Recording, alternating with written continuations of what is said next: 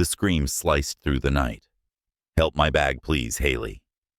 Brooks spun around just in time to see a shadow bolt down the wet Brooklyn street, her handbag clutched in his hand. The world blurred rain falling like broken glass under the streetlights. Footsteps echoing off brick walls, and before she could think, a second figure tore past her. He was tall, wild-looking, his hair damp, and his clothes ripped at the sleeves. A homeless man, she thought, until she saw the determination in his eyes. He sprinted after the thief with a force that made her breath catch. Moments later, the sound of scuffling filled the alley, a sharp grunt, and then silence. When he reappeared, the stranger's chest was heaving, one sleeve torn wider, a smear of dirt on his cheek, and in his hand, her bag. "Here," he said, voice low but steady. "You should hold it tighter next time." Haley's lips parted. You caught him." More like he ran into a dead end. He wiped his brow, avoiding her gaze. "You okay?" She nodded, though her heart was still hammering in her chest. "Thank you. I don't know what would have happened if... Doesn't matter." He turned as if to leave his wet sneakers, squelching against the pavement. "Wait," she blurted. "At least let me buy you dinner or something. You just saved me." He looked back over his shoulder. Rain traced down the side of his face, and for a moment she saw him clearly under the streetlight. Not quite young, not old either, maybe early 30s. His features were sharp, almost aristocratic beneath the exhaustion. "You don't owe me anything," he said softly. "I insist." She gestured toward the convenience store across the street. "It's just over there. Come on, please." The word "please" seemed to break something in him. He hesitated, then gave a small nod. They sat by the fogged window of the store, surrounded by the hum of refrigerators and the smell of instant noodles. Haley bought him a hot sandwich and coffee. He ate with quiet gratitude, taking small, careful bites, as if afraid of wasting the moment. "You haven't eaten all day, have you?" she asked. He smiled faintly. "Maybe 2 days." "God, where do you stay?" He met her eyes for the first time. They were gray, a strange, stormy gray that didn't match his rough exterior. Nowhere permanent. "I crash at the park sometimes.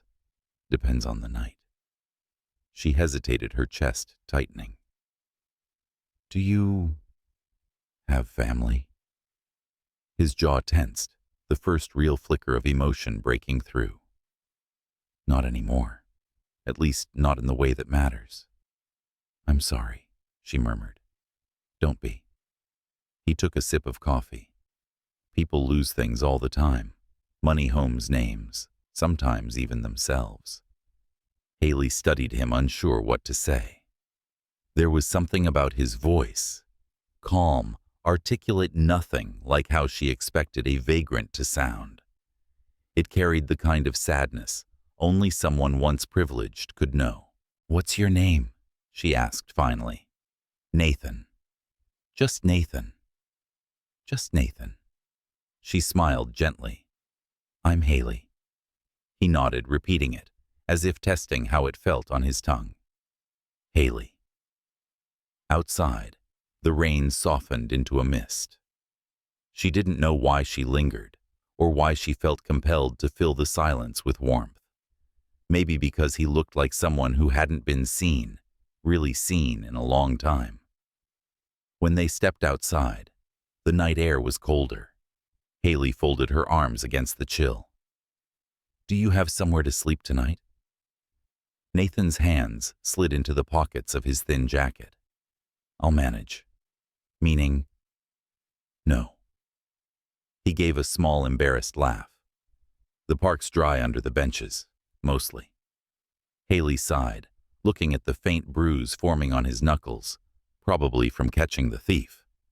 She knew she shouldn't, that every instinct screamed danger, but her heart overruled her logic. "You can stay at my place, just for a night." His head snapped up. "I can't." You can? She interrupted. It's a small apartment, but it's warm, and I owe you at least that much. He looked stunned, then wary. You don't even know me.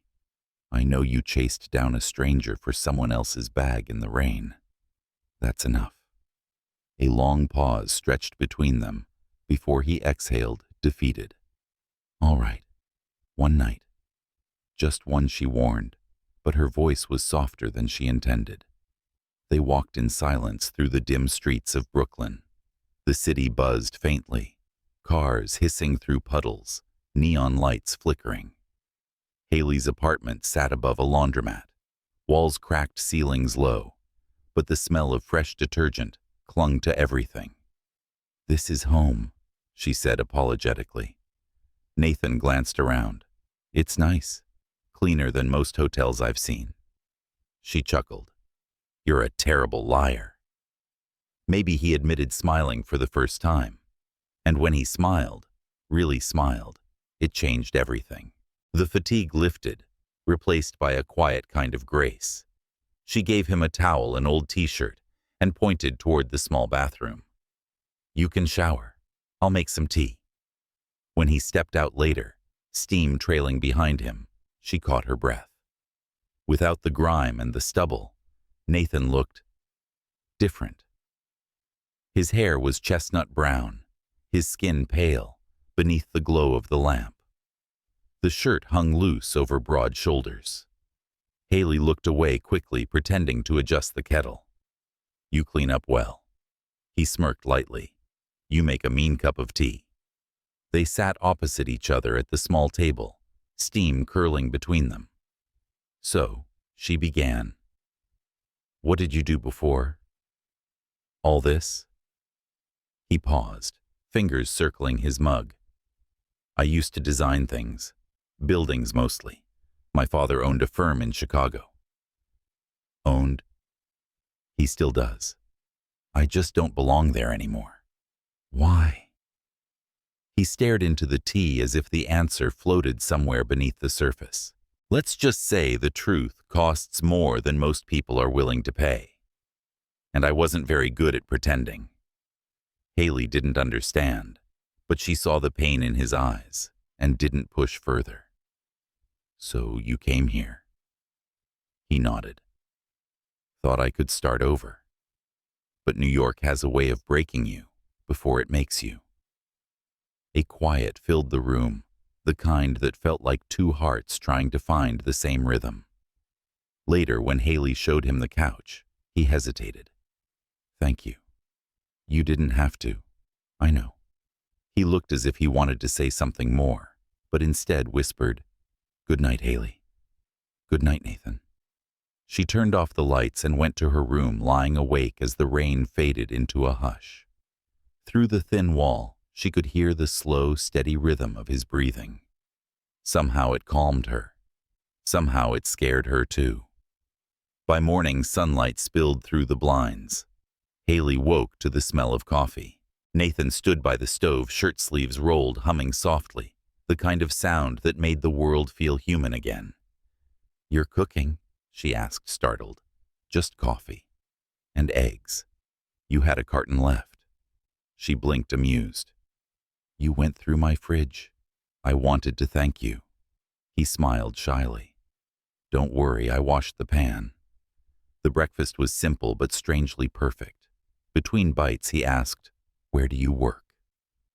Corner Market on Jefferson. It's nothing fancy, but it pays the rent. Still, he said, you let a stranger into your home. You realize how dangerous that is. Haley arched an eyebrow. Should I be worried? He hesitated, then smiled faintly. No, I'd never hurt someone who saved me. She tilted her head. I think you got that backward. You saved me.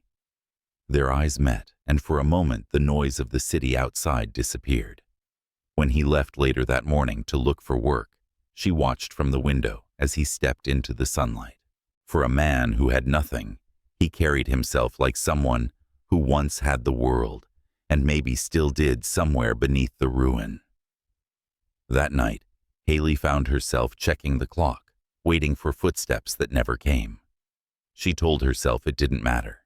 He was just a stranger. But when she heard a knock past midnight, her heart skipped. Nathan stood in the doorway, soaked from another sudden rain, his eyes heavy, but bright. "I didn't find a job," he admitted, "but I found something else." "What hope?" he said quietly. "And I'm not ready to lose it again." Haley's throat tightened. She stepped aside without a word, letting him in. Some stories don't begin with love. They begin with kindness. Reckless, foolish kindness that defies logic and reason.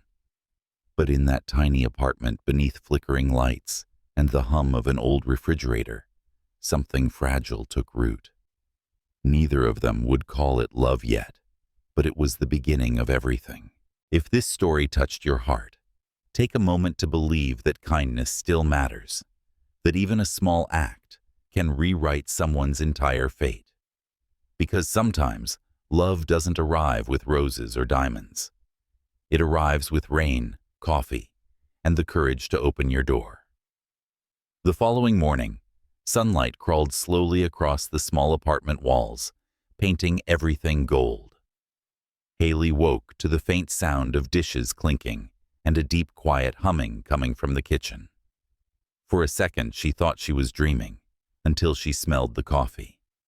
Nathan stood at the counter, hair still damp from a quick shower, sleeves rolled up, focused on frying something in the old pan. He looked like a man trying to remember what home felt like.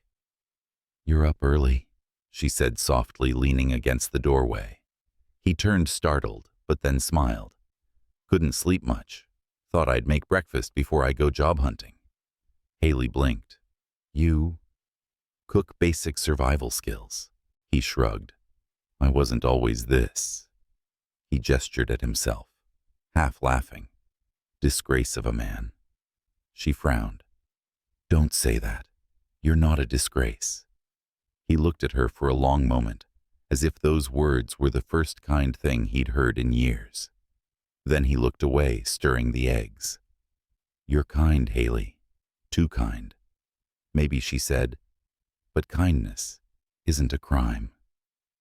They ate quietly at the little wooden table by the window. Outside, Brooklyn pulsed awake, buses, roaring vendors, shouting the world, rushing past their stillness. "What kind of job are you looking for?" she asked between sips of coffee. "Anything that doesn't involve begging," he said with a faint smirk. "Manual work maybe, construction deliveries, something temporary till I figure things out."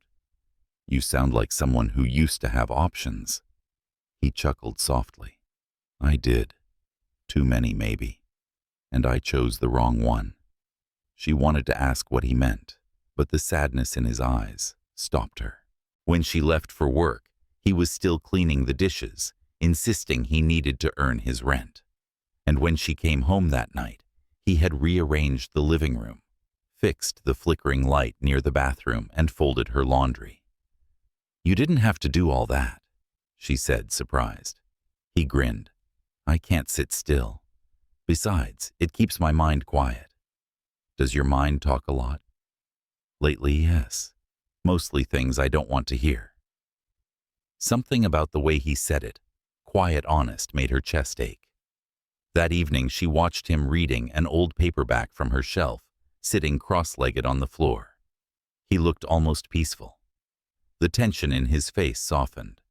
She caught herself wondering who he had been before the streets claimed him. What kind of life could shape a man who spoke like a poet, but lived like a ghost? A few days passed, and Nathan didn't leave. Not that Haley complained. He paid her back in chores, cooked dinner, and made her laugh in the simplest ways. Yet every night when the city fell silent, she heard him talking softly in his sleep, restless words, names she didn't know. On the fourth night, she found him awake at the window, staring out at the city lights. "Can't sleep again," she whispered. He turned slightly. "I was thinking about my mother. She used to say, 'Light always finds its way through cracks.' I used to believe her." Haley moved closer, the chill of the night seeping in. What happened to her? She died, he said simply, years ago. After that, my father changed. So did I. I'm sorry. Nathan exhaled the fog of his breath mingling with the city glow. He blamed me for something I didn't do, and when I tried to defend myself, he shut the door and the bank accounts and told me I'd have to learn what it meant to be nothing. Haley's heart clenched. You're not nothing, he smiled, faintly eyes glinting under the dim light.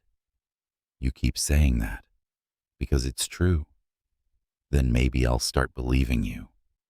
The silence that followed was almost tender. Brooklyn hummed below them sirens' music life, but inside that small apartment, it was just two souls who'd both lost too much, trying to remember what warmth felt like. The next morning, Nathan returned from an errand carrying groceries. You bought all this? Haley asked, astonished. With what money I helped unload boxes for a local store. The owner paid me cash.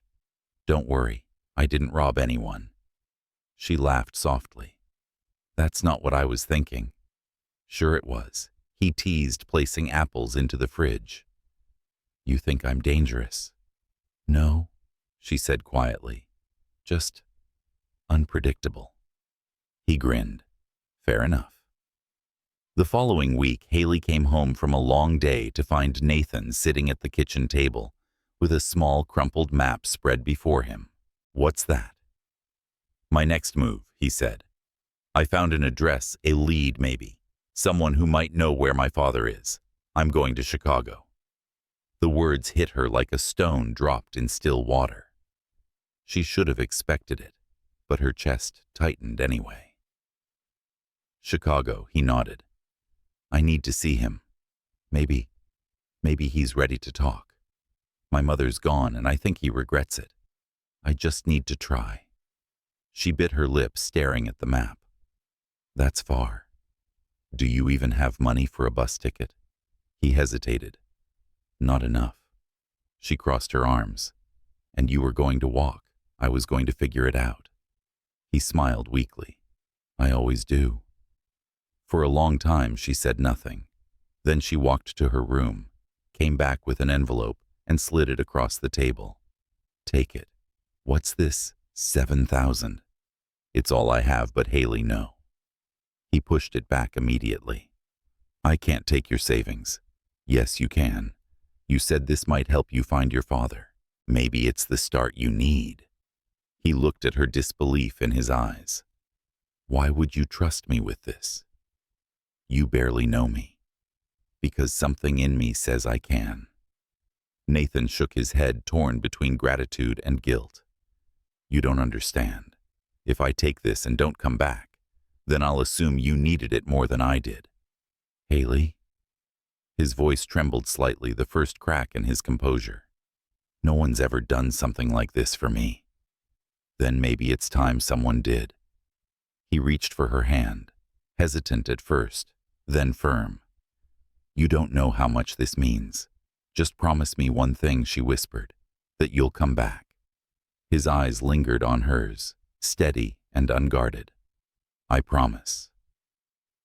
That night, Haley barely slept. The apartment felt too quiet, too aware of the goodbye waiting at sunrise. She found herself memorizing the sound of his footsteps, the way he folded the blanket, the faint scent of soap he left behind. When dawn finally broke, Nathan stood by the door with his backpack. The air between them was thick with words unsaid. I'll pay you back. Every cent, he said, voice low. Just come back alive, she replied. He smiled, small, sincere, and heartbreakingly uncertain. You have more faith in me than I deserve. Then prove me right. And then he was gone. For days after, Haley would glance at the couch, half expecting to find him there, with a book or a cup of tea. The silence in the apartment was unbearable. The world felt heavier, duller. Weeks passed. No calls, no letters. The phone stayed silent, the mailbox empty. Haley told herself not to hope, but every night she still left the hallway light on, just in case he found his way back. One evening while closing the store, her friend Jasmine noticed her zoning out. "You're thinking about him again, aren't you?" Haley forced a laugh. "I barely knew the guy." "Barely knowing someone doesn't stop you from missing them," Jasmine said gently. Haley sighed. He said he'd come back. Maybe he will. But deep down, Haley knew how stories like this usually ended. The good ones leave, and the kind ones get left behind. Still, as she walked home under the glow of the city lights, something inside her whispered otherwise. Maybe, just maybe, fate hadn't finished with them yet. And somewhere hundreds of miles away, on a bus heading west through the rain, Nathan Cole stared out the window at the endless highway, clutching the envelope she'd given him, like it was the last piece of light he had left in the world.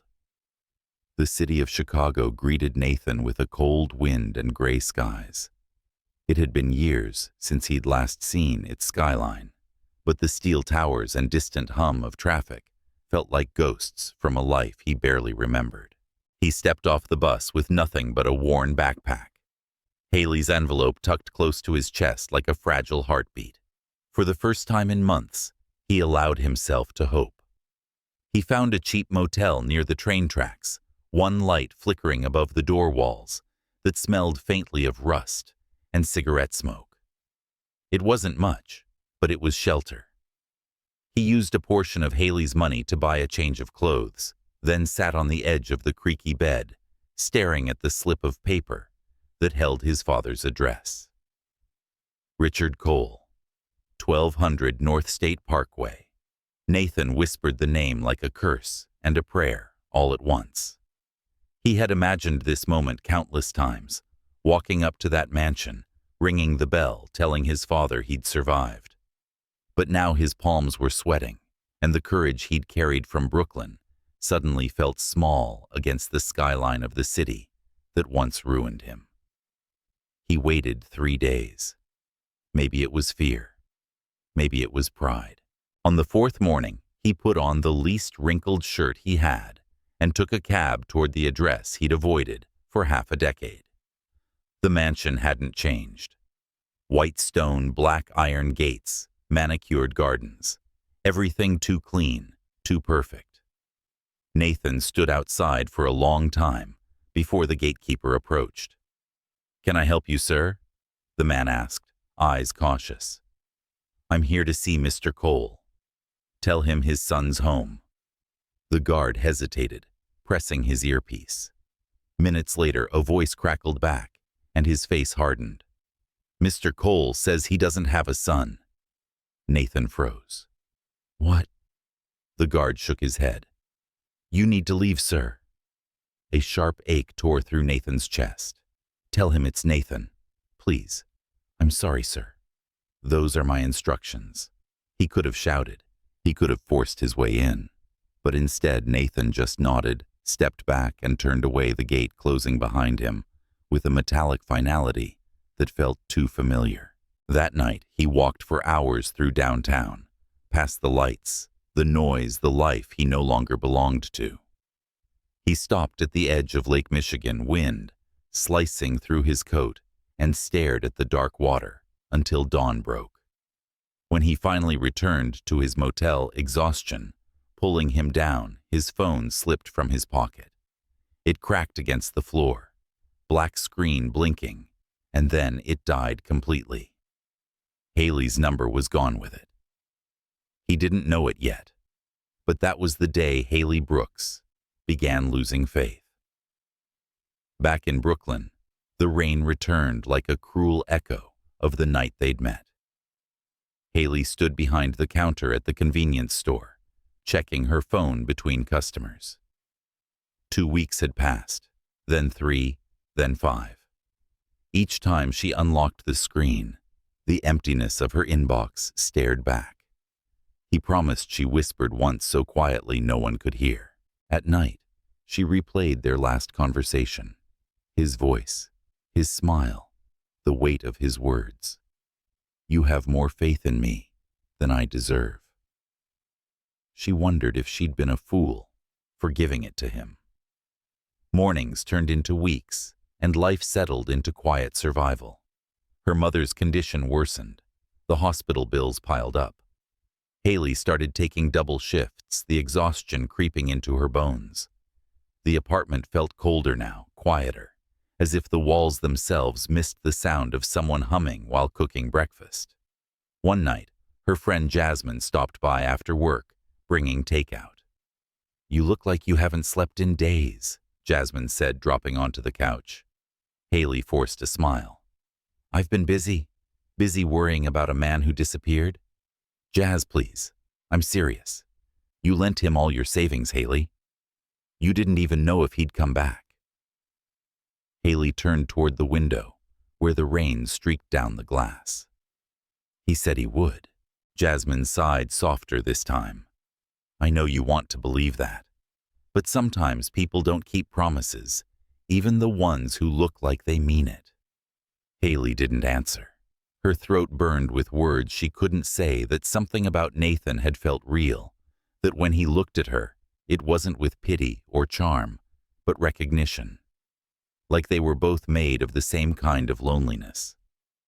Later that night, when Jasmine had gone, Haley pulled out the little book Nathan used to read. He'd left it on the coffee table, The Great Gatsby worn and underlined.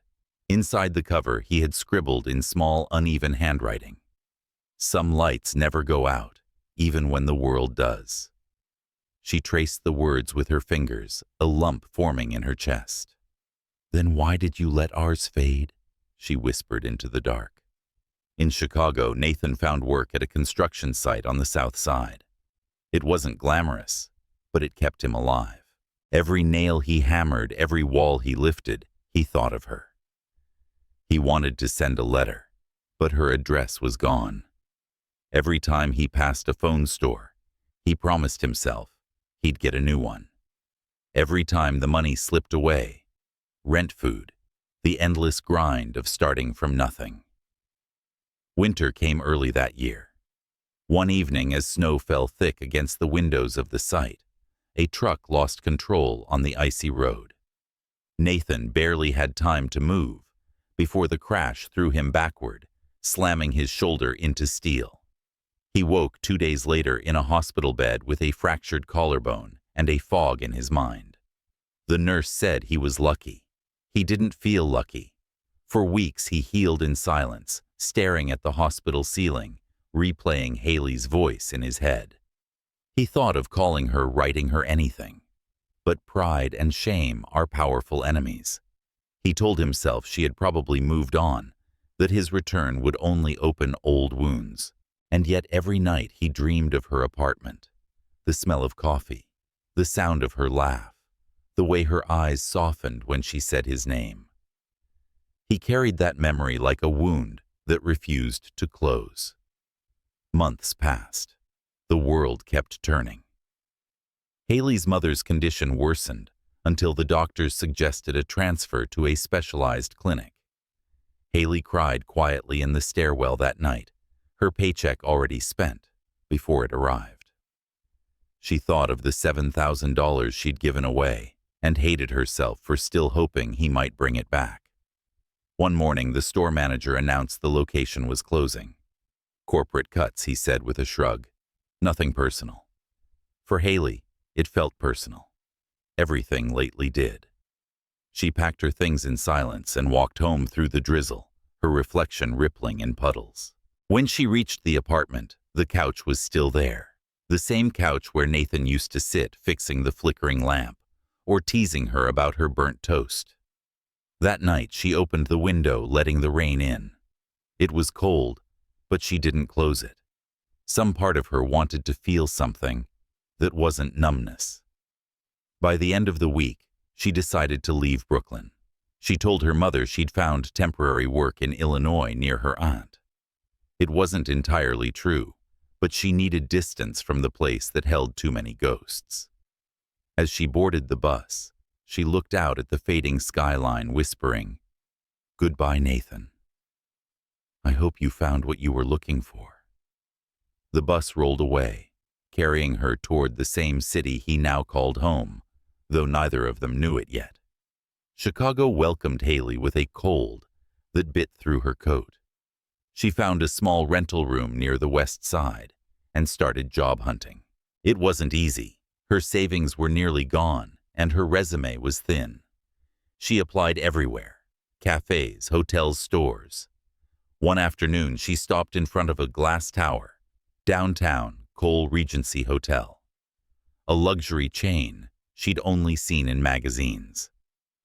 Through the tall windows, she saw staff moving briskly, guests in tailored coats, chandeliers glittering above marble floors.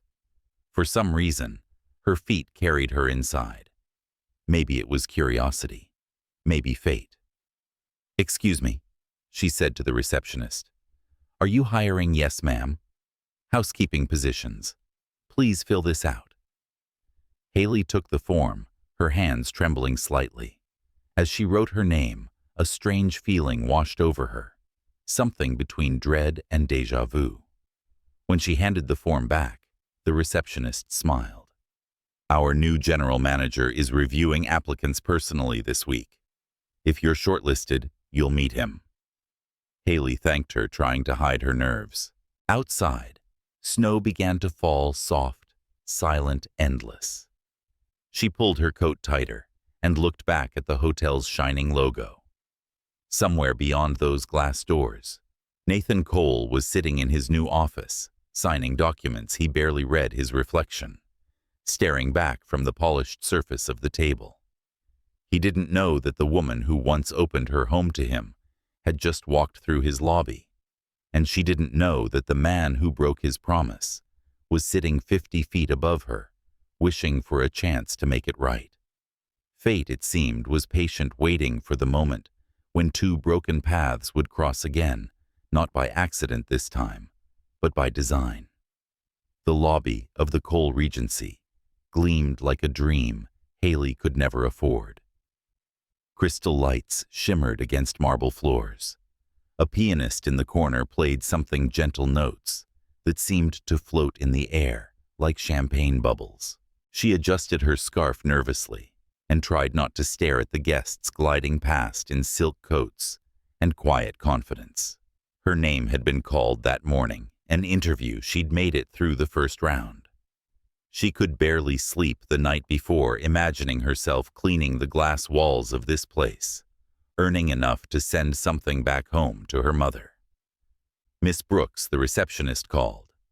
"Yes, the general manager will see you now. Take the elevator to the 23rd floor. Office at the end of the hall." Haley's heart fluttered. "Thank you." The elevator ride was quiet, except for the soft hum of music. Her reflection in the mirrored wall looked nervous, but determined, hair tied neatly, makeup, subtle eyes tired, but alive. When the doors slid open, she was greeted by the scent of leather coffee and something colder power. She followed the corridor until she saw it: General Manager, Nathan Cole. For a moment she froze. Her hand gripped the strap of her purse. The name was too common, she told herself. It couldn't be him. But when she knocked and heard that voice, deep, steady, unmistakable, every muscle in her body went still. "Come in." Haley stepped inside. He was standing by the window, back to her city, spread out beneath him in a wash of winter light. He turned slowly, and time folded in on itself. Nathan. Clean-shaven, tailored suit, eyes sharper than she remembered, but the same shade of gray she had once found comfort in. For a heartbeat, neither spoke. The silence between them felt fragile, stretched thin by the weight of everything undone. Finally, Nathan broke it. His voice was quiet, cautious. "Haley." Her throat tightened. I didn't know it was you." He blinked as if trying to make sure she was real. "You're here. I applied for housekeeping. I didn't expect." She swallowed. "I didn't expect this." Nathan took a hesitant step forward. "I tried to find you." Her heart lurched, but she steadied her tone. You vanished for nearly a year. You took everything I had, Nathan. His eyes dropped to the floor. I know. You promised you'd come back. I meant to. His voice cracked just slightly, the composure faltering. But things went wrong. My father Haley's laugh was soft bitter. Your father. The billionaire who doesn't have a son. That made him look up. You know I went to Chicago once. I saw your mansion. I saw the guards turn you away. Nathan stared at her astonished. You followed me. I had to know if you were real, she whispered. Silence. The city's noise echoed faintly through the glass behind him. He exhaled a tremor in his chest. I was in an accident. A truck hit the construction site where I worked. I couldn't even move my arm for weeks. I had no money, no phone. When I got out, I came back to Brooklyn. You were gone. Haley's lips trembled. So you didn't just disappear because it was easy.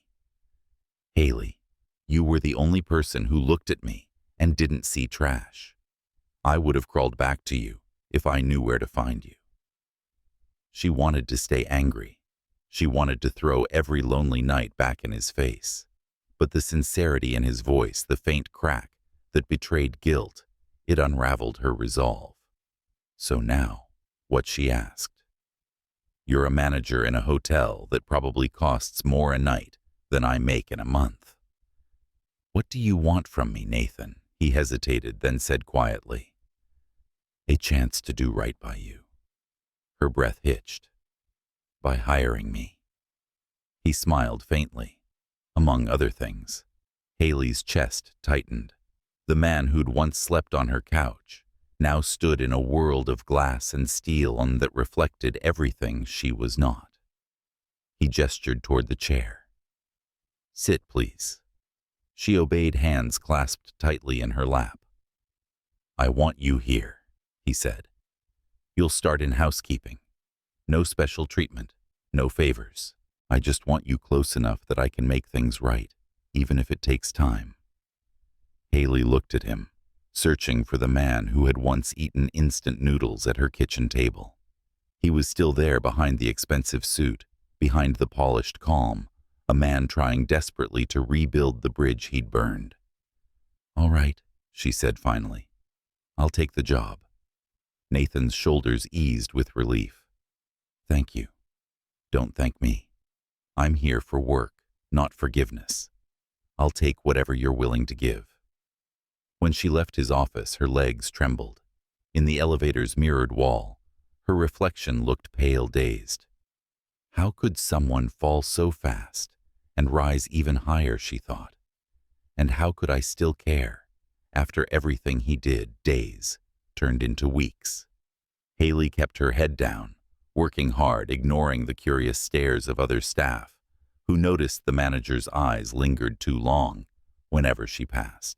Nathan was careful, professional, distant, but every so often she caught him watching her, an unreadable expression in his gaze. One evening, as she finished cleaning a suite, he appeared at the door. You missed a spot, he teased, gently pointing at the corner of the glass table. She turned, startled. What are you doing here, inspecting?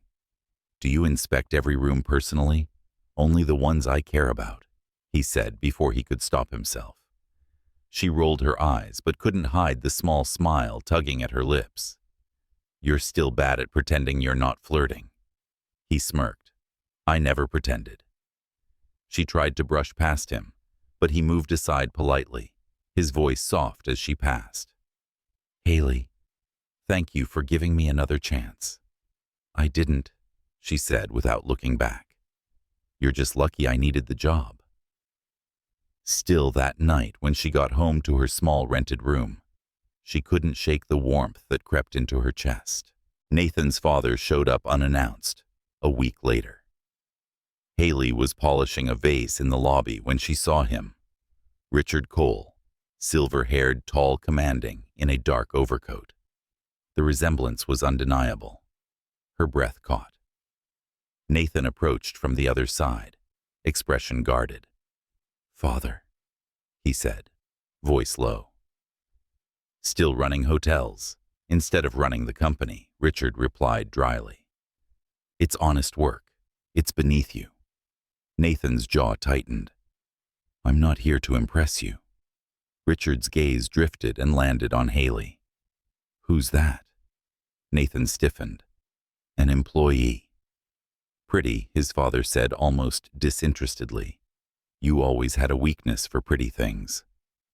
Haley lowered her eyes, heat rushing to her cheeks, but Nathan's tone turned icy. Watch your words. For a moment, father and son stood like reflections of each other, one carved from cold ambition, the other from broken pride. Then Richard's expression softened, almost reluctantly. I didn't come to fight, he said finally.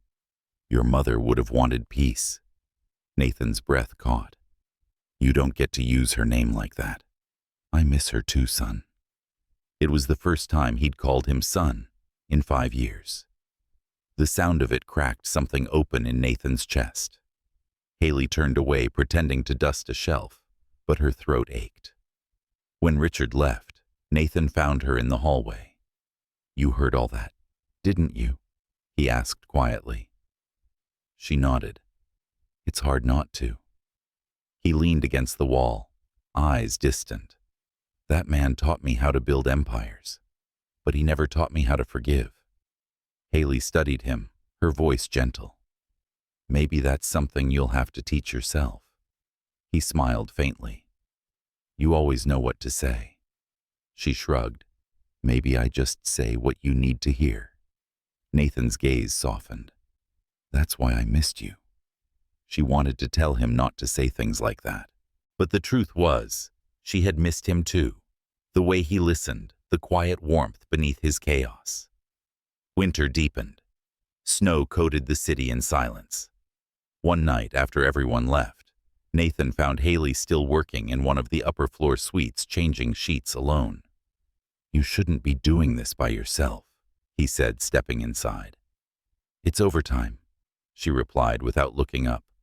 I need the money. He walked closer, picking up the other side of the blanket to help. Let me. You don't have to. I want to. They worked in silence, the air thick with unspoken memories. When they finished, their hands brushed. Neither moved away. Haley looked up, and for the first time since he returned, Nathan wasn't the polished manager or the fallen heir. He was just the man she once fed dinner to in a dim kitchen. The one who said, "You make a mean cup of tea." Haley, he said quietly, I still think about that night. The rain, your apartment, how safe it felt for the first time in years. Her eyes softened. That was another life. Maybe. But I'm still the same man who owes you everything. She shook her head, her voice barely above a whisper. You don't owe me, Nathan. You just broke something I haven't figured out how to fix yet. Then let me help you fix it. For a moment they stood close enough to feel each other's breath, the quiet hum of the city beneath them. But Haley stepped back first. Good night, Mr. Cole. He smiled faintly, though his eyes betrayed a flicker of sadness. Good night, Miss Brooks. When she left, the room felt colder. Nathan stood by the window looking down at the snow swirling over Chicago, and for the first time in years, he wondered if redemption was something he could ever truly earn, or if some debts were meant to be repaid in longing alone. The days that followed were heavy with unspoken tension. Nathan tried to carry himself like the man in charge, but every time his gaze brushed Haley's, something in him unraveled. She moved through the hotel corridors with quiet grace, polite but distant. The kind of distance that comes from trying not to remember. It hurt more than he cared to admit. She never refused to speak to him outright, but she spoke only of work shift schedules, guest complaints, missing linens. Nothing about the past. Nothing about them. And yet every conversation felt like walking along the edge of something fragile. One evening, as the hotel buzzed with preparations for a corporate gala, Nathan found her in the ballroom, kneeling by a table adjusting centerpieces of white roses and crystal candles. The room glowed with chandeliers and soft music. "You always did have a good eye for beauty," he said quietly. Haley froze for half a second before replying without looking up. "I'm just doing my job, Mr. Cole." He frowned. "Since when do you call me that?" "Since you became my boss," she said simply, standing up to face him. Her tone wasn't cruel, but it was precise, the kind of boundary built out of necessity. "Haley," he began, "we can't pretend we're strangers." Her eyes flicked to his, dark and steady. "We're not pretending. We're surviving." The words hit harder than he expected. For a moment, Nathan wanted to argue, to tell her he'd spent every sleepless night rebuilding his life just to deserve standing in front of her again. But her voice had the kind of calm that made pride seem useless. "Right," he said softly. "Surviving." She nodded, almost regretful. "The guests will start arriving soon. You should probably check on the press area." He wanted to stay. Instead, he said, "Of course," and walked away, his reflection following him across the polished floor, a man who had everything except forgiveness. The gala was a parade of light and laughter, music bouncing off marble and glass. Nathan moved from guest to guest, shaking hands, answering congratulations about the hotel's success. But his mind drifted constantly to Haley, who glided silently between tables, refilling glasses, her uniform immaculate, her eyes avoiding his. Richard Cole arrived late as usual, flanked by 2 investors and a woman Nathan didn't recognize. She was tall, elegant, the kind of beauty that made heads turn. When she caught sight of Nathan, her smile was sharp as a blade. "Nathan," she said, air-kissing his cheek. "Still running this place with your tragic charm?" He forced a polite smile. Still uninvited. "I see Veronica." "Your father insisted," she said smoothly. "He thought it'd be good publicity to have me here. You know the future, Mrs. Cole and all that." Nathan's face darkened. "That's never going to happen." "Careful," she murmured. "You wouldn't want another headline about you walking out on your father's plans." Again. Before he could respond, a soft voice broke through the tension. "Excuse me," Haley said, appearing beside them with a tray of champagne flutes. She didn't look at Nathan directly, but her presence steadied him instantly, the way it always did. Veronica's eyes flicked to Haley, her tone sugar-coated. "New staff." Nathan's jaw tightened. "One of our best." Veronica smiled without warmth. "Pretty for a maid." Haley froze for a second. Nathan's hand curled into a fist. "That's enough," he said sharply. Veronica laughed lightly, sipping her drink. "Relax, darling. I'm only observing." She turned to walk away, her perfume lingering in the air like something expensive and poisonous. Haley kept her gaze low, her voice steady. "You didn't have to defend me." "Yes," Nathan said, "I did. She's your father's guest. It's not worth it." "It's always worth it," he said quietly. "Especially when someone disrespects you." She looked at him, then really looked, and for a heartbeat, she saw not the manager, not the heir, but the man she once trusted enough to let into her home. He smiled faintly. "Go on, before people start talking." She left without another word, but her chest felt tight, her pulse betraying her calm. Later that night, when the gala ended and the lights dimmed, Haley stayed behind to clean. The ballroom was a mess of half-empty glasses, confetti, and forgotten laughter. She was kneeling by the last table when she noticed someone standing near the window. Nathan. He had taken off his tie sleeves rolled-up jacket, draped over a chair. The city lights painted gold across his face, softening the exhaustion that lived there. "You should go home," he said gently, It's late. So should you. I live here, he said with a faint smile. No escape for me. She straightened, folding the cloth napkin. Still chasing your father's approval, he hesitated. Maybe I'm chasing something else now. Haley met his gaze. What's that?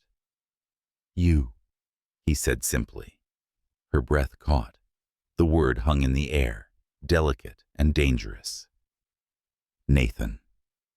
I know what you're going to say, he interrupted softly. That it's too late, that I broke your trust, that I don't deserve another chance. And you're right. But Haley, I need you to understand, when I walked away that day, I didn't stop caring. I just stopped believing I could give you anything worth keeping. Her voice trembled. You think money makes you worth something? No. But I thought being nothing made me unworthy of you. She looked away, blinking back, the sting in her eyes. You could have just called. One message, one word. I lost my phone in the crash. Lost your number. By the time I got out, I had nothing left but your memory, and it felt cruel to come back with empty hands. Haley swallowed hard. You think I cared about what you had? Nathan shook his head, stepping closer. No. But I cared about how I looked in your eyes. You saw good in me when I couldn't. I didn't want to show up broken. Her throat tightened. You already were. For a moment, neither spoke. Snow fell silently outside the window, blurring the city lights into something dreamlike. He reached for her hand, hesitant, almost reverent. Let me fix what I can. She didn't pull away, not immediately. His hand was warm, steady, the same warmth she remembered from that night in Brooklyn, when he handed her stolen handbag back, with trembling fingers. Then she took a step back. You can't fix the past, Nathan. Maybe not. But I can build a future where it stops hurting. Haley let out a shaky breath. You sound like a man who thinks he can buy redemption. I'm not trying to buy anything, he said. I'm trying to earn it. The sincerity in his voice cracked something inside her. She wanted to stay angry. It was easier that way. But anger was hard to hold when the person standing before her looked like regret made flesh. Nathan, she whispered, her eyes glistening. Don't say things you don't mean. I mean every word, he said, stepping closer again. You changed me, Haley. You showed me what it means to start over. You think I came this far just to lose you again? Her voice broke. You already did. The words cut through him, clean and quiet. He closed his eyes briefly, nodding as if accepting a sentence he couldn't appeal. All right, he said finally, if that's how it is. Haley turned to gather her things, but when she reached the door, his voice stopped her. Haley, he murmured, for what it's worth, I never stopped loving you. Her hand froze on the handle. For a long time, she didn't move, didn't breathe. Then, with the smallest tremor in her voice, she said, Love doesn't always wait, Nathan. And then she left. The next morning, Haley tried to bury herself in work. She told herself she was fine, that words meant nothing when spoken too late. But the truth lingered like a bruise. At lunch, one of the senior staff, a woman named Lila, sat beside her in the cafeteria. You all right? She asked, stirring her coffee. I'm fine, Haley lied. Lila raised an eyebrow. Funny. You look like someone who's trying very hard not to think about something or someone. Haley smiled weakly. It's just work. Work doesn't make people look that sad, honey, Lila said, with a knowing grin. Before Haley could reply, the overhead screen flickered to life, showing the local business channel. The headline read, Coal Enterprises announces new heir to the empire. Haley's head snapped up. On the screen, Nathan stood beside his father at a press conference, both wearing matching gray suits. Cameras flashed. Reporters shouted. We're proud to welcome Nathan Cole back into the family business, Richard said, smiling stiffly. After years apart, it's time for the Cole name to move forward together. Haley stared, heart-twisting. He looked confident, collected exactly like the man he'd promised he'd never become. She turned away from the screen, her appetite gone. Maybe he hadn't changed after all. Maybe some stories only repeat themselves, the poor girl, the rich man, the promises that always break. But later that night, when she returned to her room, she found a note slipped under her door. No signature, no address. Just a single line written in Nathan's unmistakable handwriting. You once gave me a place to stay when I had nothing. Now, let me give you one in my heart, if nowhere else. Haley read it twice, then pressed the paper to her chest, eyes closing. Outside, snow drifted softly against the city lights, and for the first time in months, she let herself cry, not because of what was lost, but because of what might still be waiting to be found. The hotel lobby glowed with winter light, but inside Haley's chest, it was all gray. The note Nathan had slipped beneath her door lay folded neatly inside her purse, its edges soft from how many times she'd touched it, and yet she hadn't replied. She told herself she wouldn't. She couldn't. Because what could she possibly say? That she missed him. That she still dreamt about the warmth of his voice when he said her name. That even after everything, she still believed there was something good left between them. No, she wasn't that foolish anymore. But fate, as always, had its own cruel sense of timing. 3 days later, Nathan appeared at the staff entrance just as she was leaving after a long shift. The air was sharp with cold. Her breath rose like smoke as she pulled her coat tighter. He stood by the curb, hands deep in his pockets, looking both too proud and too broken for his own good. Haley, he said softly. She stopped but didn't turn. You shouldn't be here. I needed to see you. You already said everything you had to say. I didn't. He murmured, stepping closer. That note, it wasn't enough. It never will be. Haley turned then, meeting his gaze. His face looked tired, more human than the polished man on television. The wind tousled his hair, and for a fleeting moment, he looked like the same stranger who once knocked on her door in Brooklyn, lost hopeful, afraid to ask for kindness. Why now? She asked quietly. Why tell me all this after you've gotten everything back? Your name, your father, your empire, because none of it matters without you. She laughed softly, not unkindly. That's the kind of line you say to a woman you're trying to win, Nathan. It's the kind of line you say when you're trying to tell the truth. Her expression faltered. He stepped closer, voice low and deliberate. I thought power would make me feel whole again. But every meeting, every dinner, every smile for the cameras, it just made me feel emptier. The only time I ever felt real was when I was broke and you offered me soup in a chipped bowl. Haley's throat tightened. That was pity. No, he said. That was love. I just didn't recognize it then. Her eyes glistened, but she shook her head. You're too late. Then let me be late, he said gently. I'd rather be late than gone.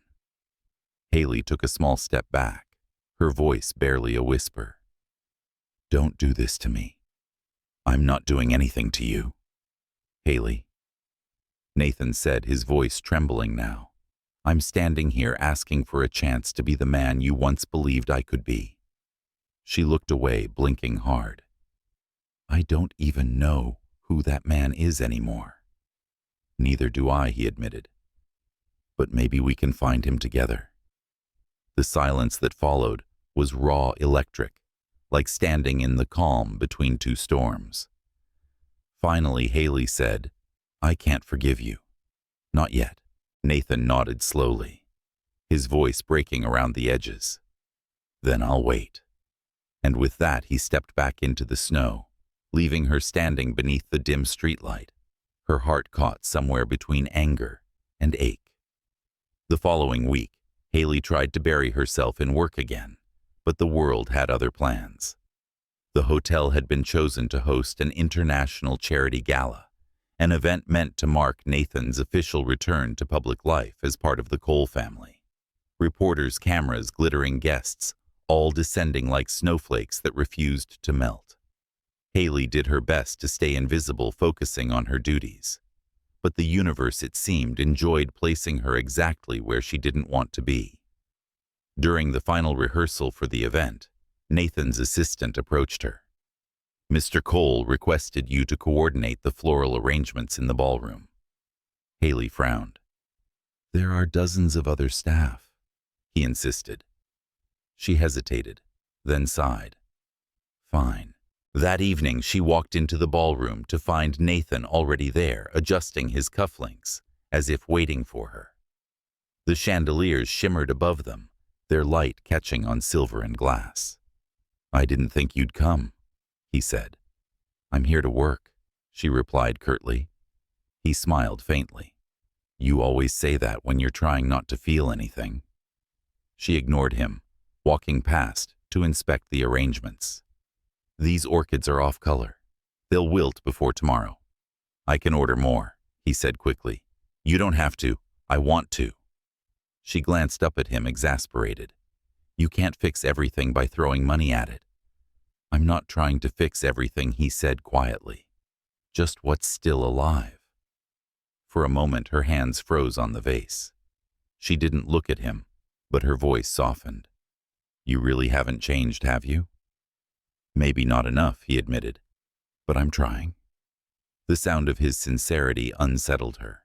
It was easier when he was the cold executive on the TV screen, untouchable, untamed by emotion. This version of him, however, was dangerous, vulnerable, steady, and entirely too close to the man she once trusted. "Haley," he said after a moment, "I know you don't owe me anything, but please come to the gala tomorrow night. As a guest, not an employee." She stared at him. "You want me there?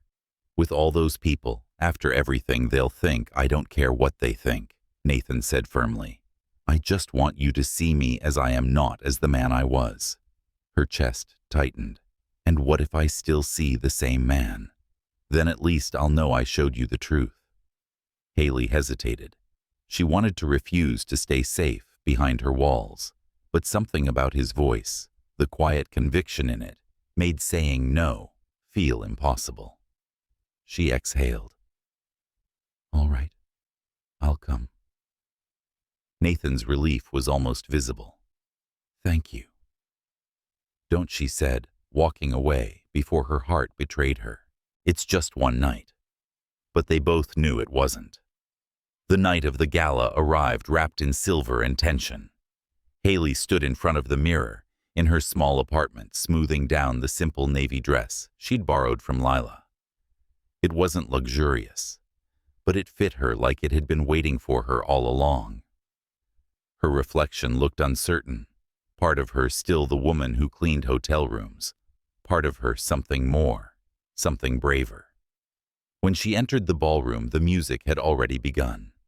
Strings floated through the air, mingling with laughter and the soft murmur of wealth. Nathan stood near the stage, looking like he belonged there, poised, elegant, untouchable.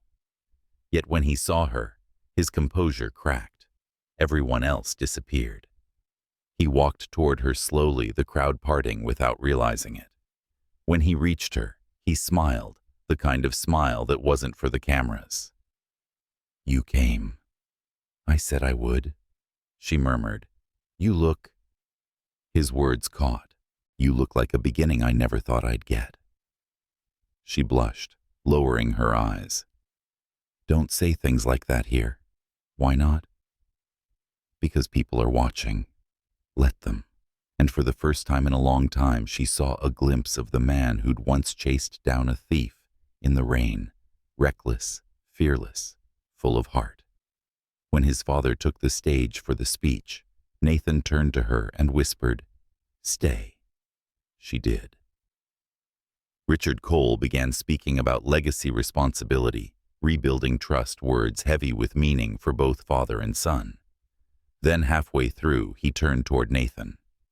"My son," he said, voice deep, "has taught me something I never expected.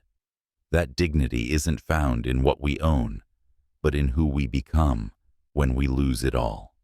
Tonight, I'm not just proud of his success. I'm proud of his humanity." Applause filled the room. Nathan's jaw tightened, emotion flickering across his features. Haley watched him, something inside her breaking open. Maybe he really had changed. Maybe pain had finally softened him instead of hardening him. After the speech, he found her again, his voice low amidst the music. "I meant what I said before. I don't care about the money or the company. I care about this." He touched his chest lightly. "What happens when I see you?" Haley's lips parted, but no words came. "I'm not asking you to love me again," he said. "I just want you to stop punishing yourself for still feeling something." She inhaled sharply. "You don't know what I feel. I know you haven't stopped caring," he said softly. "Otherwise, you wouldn't be here." Her pulse stuttered. Nathan took a step closer, so close she could feel the warmth of him, the faint scent of cedar and wine. "I'm done running from who I was. The question is, Haley, are you done running from what we could be?" She looked at him, eyes shimmering under the chandelier's glow. "I don't know," she whispered. "I'm scared." "So am I," he said. "But maybe that's how you know it's real." The orchestra swelled. Someone announced the next dance. Without a word, Nathan extended his hand. Haley hesitated just long enough for him to think she might refuse, then placed her hand in his. The world around them faded as they moved together beneath the lights. He held her gently, not as if claiming her, but as if protecting something fragile, the space between forgiveness and love. For the first time in a long time, neither of them spoke. They didn't need to. The music carried what words could not. And as the last note lingered in the air, Haley closed her eyes, realizing that maybe, just maybe, some promises aren't meant to be broken. They're meant to be rediscovered. Snow fell softly over Chicago the next morning, covering the streets in silence, the kind of silence that carries both peace and uncertainty. Haley walked slowly through the park on her way to work, her hands buried in her pockets, her breath visible in the cold. The echoes of last night's gala still lingered in her chest, the music, the lights, and Nathan's voice, low, sincere, trembling with hope. "Are you done running from what we could be?" She had danced with him, held his hand, looked into his eyes under the glow of chandeliers, and for a fleeting moment, she'd let herself believe again. But when she woke up this morning, reality had returned like frost. Love was never that simple. At the hotel, everything looked the same, yet somehow different. Every hallway carried the weight of what had passed between them. Every glance felt charged. When she arrived in the staff lounge, Lila was already there, sipping coffee with a knowing smile. So Lila said, her voice playful, "The world saw you dancing with the boss last night." Haley groaned, setting down her bag. "Please don't start." "Oh, I'm not judging," Lila teased. But the staff chat was buzzing. Everyone's talking about how he looked at you like you were the only person in the room. Haley rolled her eyes, trying not to smile. "It was just a dance." "Mm-hmm," Lila said. "And I'm just the Queen of England." Before Haley could respond, a message pinged on her phone. "Nathan Cole. Can we talk rooftop terrace? 5 minutes." Her heart stumbled. She typed back quickly. Busy with work, but before she could hit send, Lila caught a glimpse of the name on the screen. "Go," Lila said, smirking. "He's waiting for you." "I shouldn't." "You want to." Haley sighed. "You're impossible." "Guilty as charged." Lila said, waving her off. The rooftop terrace was quiet when Haley stepped out. The wind bit at her cheeks and the skyline stretched endlessly around them, glass and snow and light. Nathan stood near the edge, hands in his pockets, his breath visible in the chill. "I didn't think you'd come," he said, turning to her.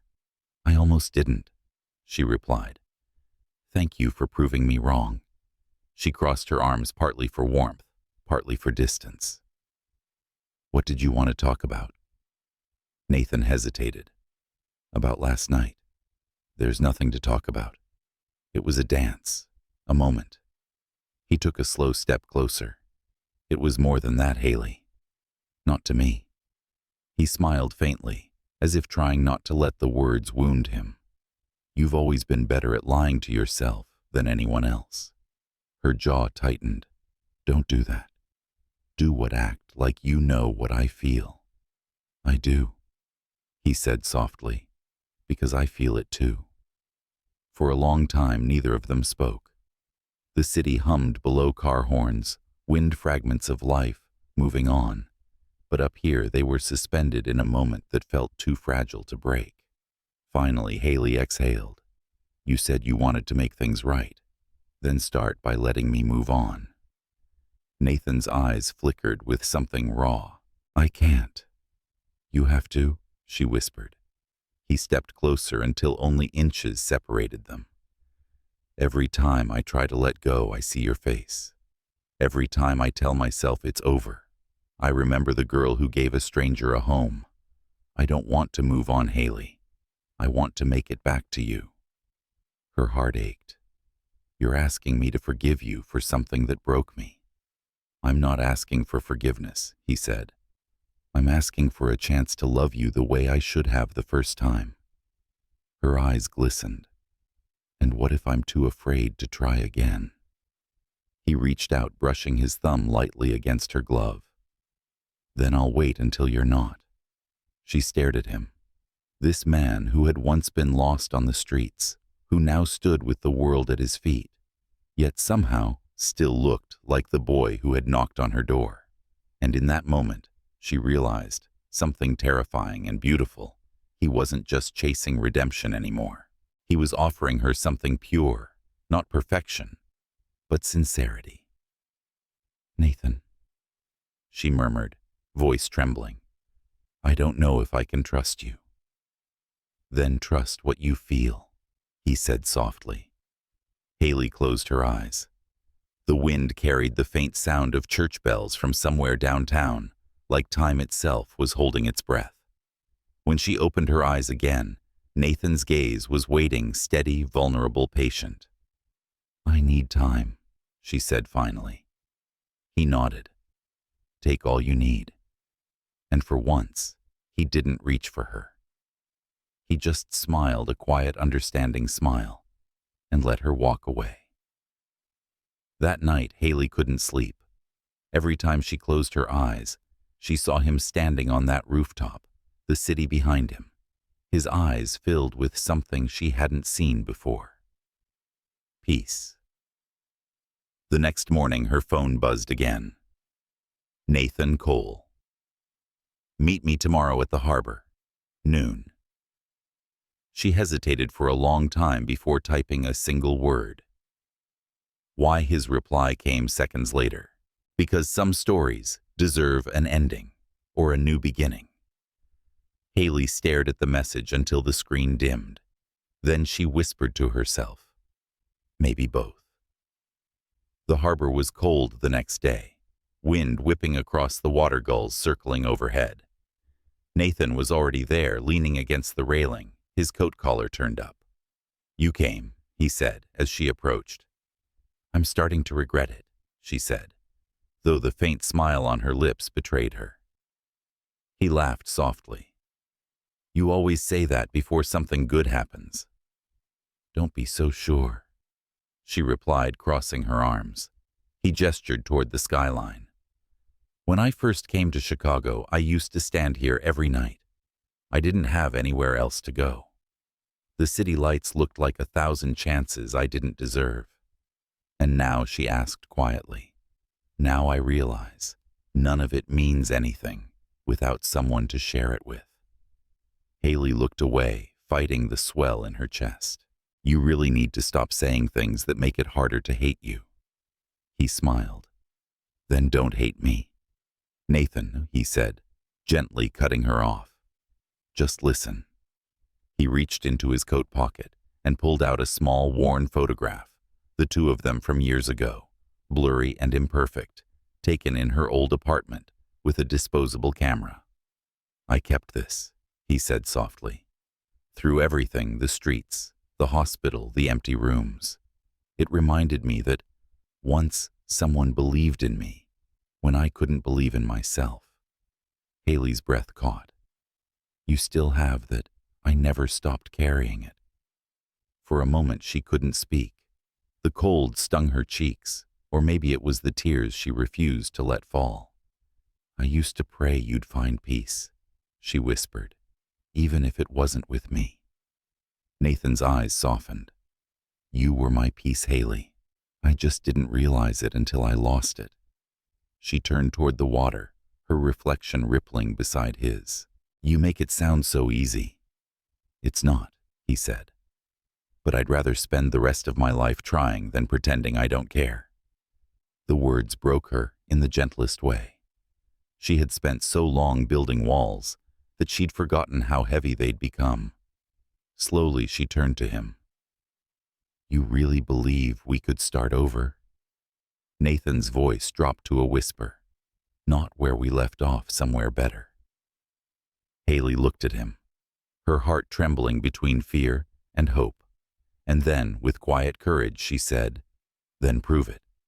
He blinked. How? Stay, she said simply. Not as a manager, not as a Cole, not as someone trying to make up for the past. Stay as the man who once shared a bowl of soup with me and didn't know what tomorrow looked like. Nathan's chest tightened. He nodded slowly. That man's still here. Then maybe, she whispered, I'll stop running. He reached out, brushing a snowflake from her hair, his touch feather light. You don't have to stop. Just let me walk beside you. For a long moment, neither spoke. The water shimmered like liquid silver beneath the pale sun. Around them the world moved on. But here, in this fragile sliver of morning time, felt still. Haley took a breath. I don't know what happens next. Nathan smiled. Then let's find out together. He didn't kiss her. He didn't need to. The silence between them said enough. A promise, a heartbeat, a beginning disguised as an ending. As they stood side by side, the wind tangled her hair, and his fingers brushed hers, not to claim, but to remind. That sometimes love doesn't roar. Sometimes it returns as quietly as falling snow, asking not to be believed in, but to be given one more chance to stay. Spring arrived in Chicago quietly, as if the city itself was holding its breath. The snow melted from the rooftops, and soft rain washed the dust from glass and steel. For Haley, the world had begun to feel lighter again, not because everything was perfect, but because she was finally learning to stop looking for perfection. It had been 2 months since the harbor, since Nathan had promised to stay, and this time he kept his word. He didn't overwhelm her with grand gestures or promises. He simply showed up quietly, consistently, like sunrise. He waited for her after work, sometimes with coffee, sometimes with nothing more than a smile. They'd walk by the river, talking about everything and nothing, her mother's health improving, the new hotel project he was building downtown, the way the city lights looked like tiny beating hearts when seen from the bridge. He didn't rush her, and she didn't run. One Friday evening, as the sun dipped below the skyline, Haley stood outside the Cole Regency waiting for him. The golden light stretched across the street, turning everything soft and dreamlike. She wore a pale yellow dress, simple but beautiful, and when Nathan saw her from across the plaza, his heart stopped the way it always did. You're early, she said as he approached. I didn't want to miss you. She smiled, tilting her head. You never used to be this sentimental. Maybe I was just waiting for the right person to deserve it. Her cheeks warmed, and she tried to hide it by looking away. You're impossible. I've been called worse, he said, smiling. They walked together toward the small cafe. She loved, the same one where she used to stop on her way home before life got complicated. The waitress greeted them with a knowing grin. Long time no see, Haley. And, oh, this must be the man you used to talk about when you thought no one was listening. Haley nearly choked on her breath. Excuse me? Nathan laughed, enjoying every second of her embarrassment. So you talked about me, she's lying. Haley muttered, glaring at the waitress who just winked and left them with menus. Sure she is, Nathan said teasingly. Don't start. Too late. They laughed, and the sound felt like home, unguarded, genuine, the kind of laughter that healed. When their food arrived, Haley picked at her pasta, thoughtful. Nathan, she said quietly, do you ever wonder what would have happened if we'd never met that night? He looked up. Every day. And he smiled softly. Then I stopped wondering because I realize I wouldn't want to know. Every bad choice, every broken piece, it all led me back to you. I wouldn't change it. Haley's heart trembled. You've changed a lot. He nodded. I had to. Losing you taught me that love isn't about what you can take. It's about what you can stay for. Her throat tightened. And you're sure you want to stay? He reached across the table, taking her hand. Haley, I never left. My body did. My pride did, but my heart, it's been yours since the night you handed a stranger a bowl of soup. Tears burned behind her eyes, but she blinked them away. You're going to make me cry in front of everyone. Then let them see what love looks like, he said gently. She laughed through the emotion. You sound like a poet now, only when I'm talking to you. Later that evening, they walked along Lake Michigan, where the lights of the Ferris wheel shimmered over the water. The night breeze carried the faint scent of lilacs. Nathan stopped, turning to face her. Do you remember what you said to me the day I left your apartment? Haley frowned. I said a lot of things that day. You told me, he said softly, go find yourself before you find me. Her breath caught. I did say that. He took a deep breath. I did find myself. And I found out that every version of me only makes sense when you're in it. Her eyes glistened under the moonlight. Nathan. He stepped closer, brushing a strand of hair from her cheek. You don't have to say anything. I just need you to know I'm done chasing everything that isn't real. You're the only thing that's ever been. Haley didn't pull away. Her voice trembled as she whispered, Do you know what scared me most about loving you? He shook his head. That I'd never be enough for your world. That one day you'd wake up and realize I don't belong in it. Nathan's gaze softened, deep and sure. Haley, my world didn't begin until you walked into it. The truth in his voice broke something open in her. Not pain, not fear, but release. For the first time, she didn't overthink. She didn't build walls. She just reached for him.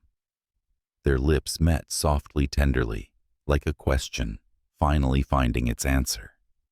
It wasn't the desperate kind of kiss, born from longing or regret. It was the quiet kind, full of peace, forgiveness, and homecoming.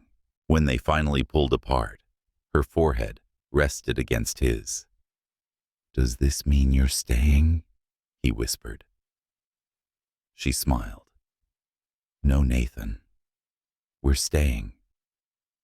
Weeks turned into months, and spring melted into summer. Haley's mother began walking more easily, smiling more often.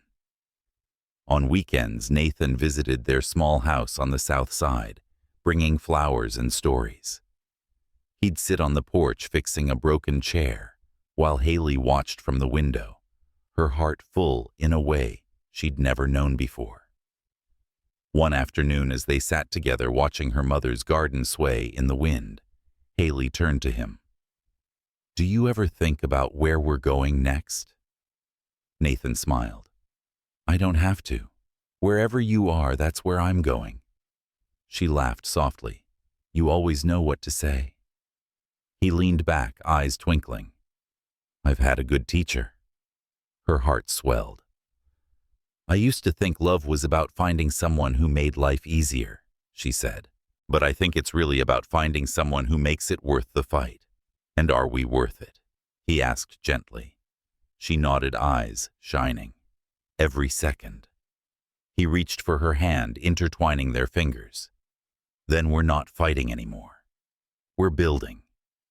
They sat in silence for a while, the sound of birds and laughter from a nearby park, wrapping around them like music. That autumn, Nathan surprised her with something she never expected. He took her back to Brooklyn, to the same street where they first met. The same cracked sidewalk, the same little apartment above the corner store where she'd once brought him in from the cold. The building had been renovated now, new paint, new windows. But when she saw it, her eyes filled with tears. "You remembered," she whispered. "How could I forget?" he said. "This is where everything began." She looked at him, emotions spilling quietly into her smile. "It's different now." He shook his head. "It's perfect now." Nathan reached into his coat and handed her a small box. Inside wasn't jewelry. It was a simple brass key. "I bought the place," he said. "Thought maybe it was time we had a home that already knew our story." Haley laughed through her tears. "You didn't. I did. And before you say anything, no, it's not about money. It's about memories, about where we learned who we were." She ran her thumb over the key, her voice breaking. "You brought me back to where you once had nothing, and where I found everything," he said, softly. For a long moment, they just stood there, the city moving around them, both quiet, both full. Then Haley reached for his hand and whispered, "Let's go home." Years later, on a warm evening, filled with laughter and light, Haley looked across the dinner table where her family sat, her mother, Nathan, their friends, all talking, smiling, alive. The key to that little apartment still hung on a chain around her neck, a reminder of how love had found her in the most unexpected place. Nathan caught her gaze and smiled, that same quiet smile that always made the world stop. "Penny, for your thoughts?" he asked. She leaned closer, whispering, "Just thinking about how far we've come." He chuckled softly. "We haven't come far. We've just finally arrived." She brushed her thumb over his knuckles. "Do you think love changes?" He shook his head. "No, I think we do, and love just waits for us to catch up." Haley smiled, tears glimmering in her eyes. "Then I'm glad it waited." And as the evening faded into laughter and candlelight, Haley realized something she wished she could tell the woman she once was. The one who cried alone in the dark, believing love was something that left and never returned. Sometimes love doesn't walk through the door twice. Sometimes it never leaves. It just waits outside, patient and certain, until you're brave enough to open the door again. So, when love finds, you don't turn away. Don't wait for the perfect moment. Just open the door. Because the truth is simple, and she knew it now. The right love always finds its way home.